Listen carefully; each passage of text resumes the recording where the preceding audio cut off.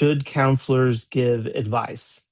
So I find this an interesting topic, and likewise, a pretty interesting debate that has been going on, right, to some degree for many years now. And so I'd like to start out with, just kind of to conceptualize this and begin thinking through it out loud with you all. What is it that counselors do, right? So different than what should they do. Let's just take a look at what they presently do.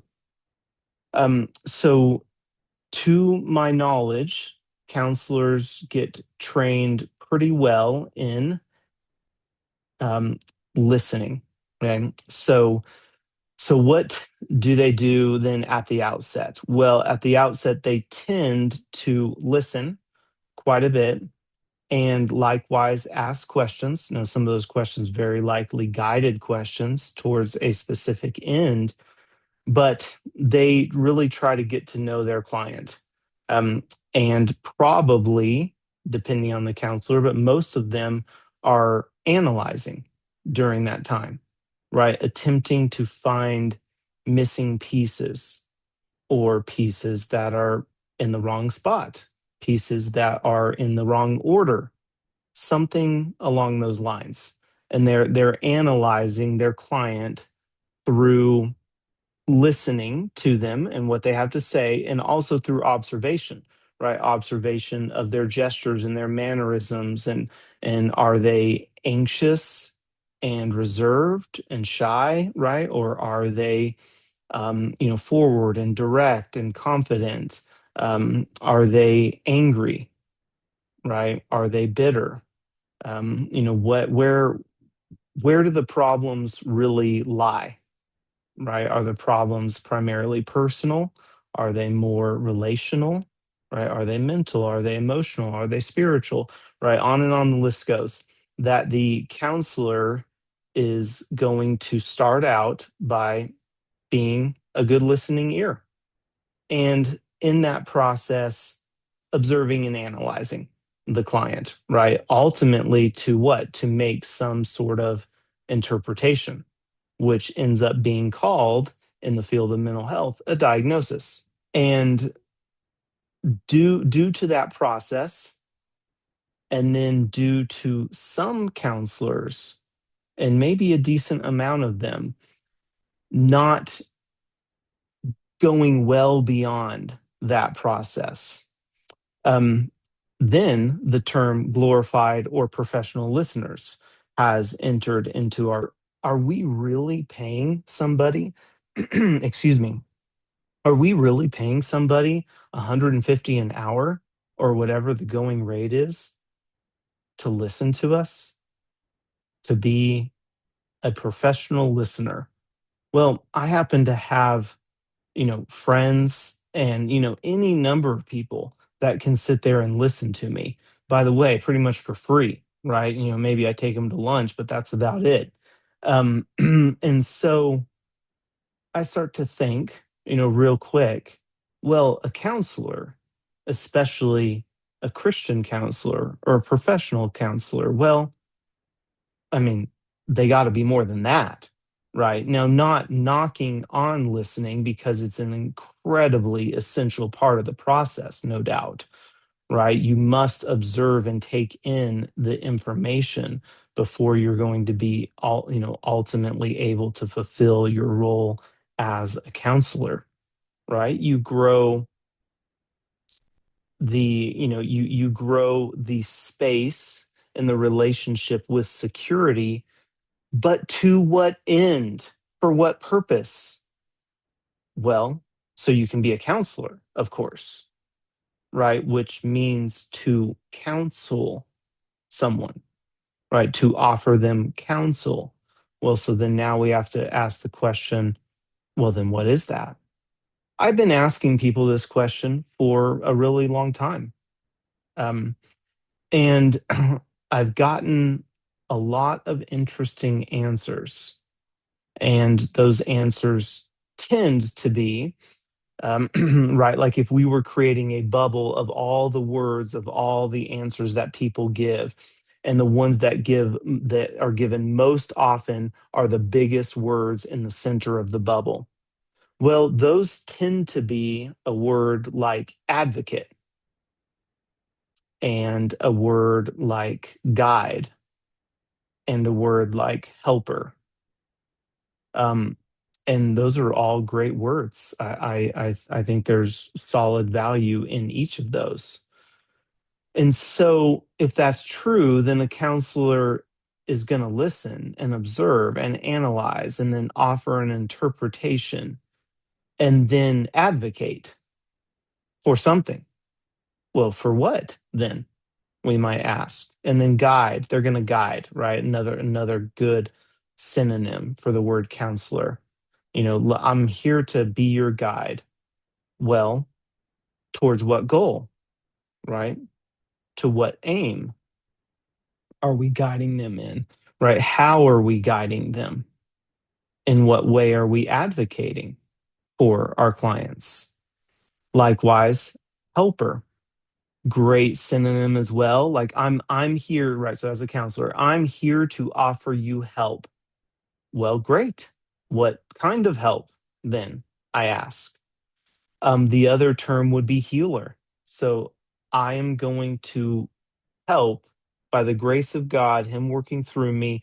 I'm going to help bring you some healing, right? Like maybe a doctor would, a nutritionist would, a surgeon would. But of course, in a different space for us, in a more metaphysical space, a mental space, an emotional space, a relational or spiritual space, right? That is just as real, just harder to be unified on that, right? So the client would like for me to advocate for them to reconcile with their spouse or their child. And I may be in agreement with that. And so then I do. So I advocate for them to reconcile, right? Or to enter into rehab and start the recovery process, right? From their addiction that they've been suffering with for many years. And I'm going to advocate for them to recover. Someone who has tremendous trauma, needs trauma recovery. Yeah, I'm going to advocate for them to overcome, right? To work through that trauma, to face their fears, AKA exposure therapy, right? Likewise, they have an unhealthy relationship and they need to set up boundaries. Well, yeah, I'm going to advocate for them to set up those boundaries. Absolutely. So advocate is a good synonym, right? In many regards. Likewise, am I going to help them in all those ways? Well, yeah, I'm going to help them too. But in the most fundamental sense, the help that I'm offering, the guidance that I give, ultimately always ends up being advice, and there is no way around that. And so, the most accurate synonym for a counselor is an advisor, right? Whether they mean for it or not, whether they want that to be the case or not. So, just work through this with me here, real quick. What thing do I offer a client in which I am not advising them basically to do it? Right? Like, so if I'm advocating for my client to enter into rehab and start the recovery process, or return to rehab, or go to an IOP, or continue in their addiction, counseling, right? All for the point of staying on the road to recovery. Am I not advising them that that is the best course of action for their life? Well, of course I am. Now, I may be doing it indirectly. I may be doing it subtly. I may be doing it through tons of guided questions, right? But it's all because I think that they should recover rather than be an addict for the rest of their life. So, of course, I believe that's what they should do, which ultimately is the role of a counselor, by the way, and especially a Christian counselor who I'm really here attempting to advocate for, right? To pass some words of wisdom to, that ultimately all counselors are advisors, but Christian counselors absolutely should be advisors. Counseling to counsel someone in a way that satisfies them temporarily, but not eternally. And that is unfortunately the state of um, the vast majority of counseling in America, right? The most of it is secular, most of it is. And so this secular therapist believes in affirmation care. And so then, of course, so then the client comes to them.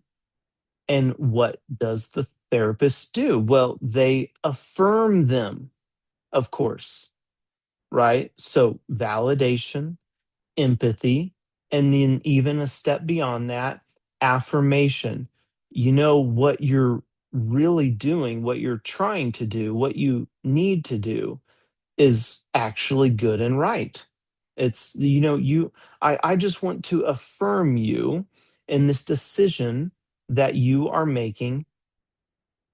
What towards what end? Well, of course, these days, in regards to your sexuality, right? But it could be anything in regards to setting up boundaries, in regards to reconciling or not reconciling, seeking after a promotion at your work or not, um, and on the list goes. And so, see, the counselor, as secular as they may be, well, they still have beliefs too. And so they are engaging in what they believe is best for the client, what the client should do, right? Now, they may never say the words, you should do this, but it is so incredibly obvious by all the quote therapy, right, that they are giving, right? When I tell somebody, hey, you know what could really help you with your anxiety? Deep breathing exercises. How am I not saying the words, even though they're implied, but how is the message not being sent that I obviously think deep breathing exercises is what this person should do, right? What? To better their life, to help them overcome anxiety. Likewise on that one too. Um, anyways, so yeah, so should counselors give advice? Well, absolutely. Otherwise, you're not a counselor. So go be something else, right? So be a listener, be a professional listener. Just be a healer and just try to heal people. Be something else, but don't be a counselor unless you're going to advise people in the best way for them to live their life, whatever it may be. And yes, you must listen well, you must observe well, you must grow your therapeutic relationship in order to be able to offer them good advice when the time comes. I am not saying that one should rush advice. Absolutely not, right? I do my very best to hang back and gather all the information I can gather before offering what I believe to be the best advice for the client, for them to live the best life that they can live, the life that God meant for them to live. And I have a strong feeling that even though not everyone believes the same things as me, all counselors in a way go about it similarly.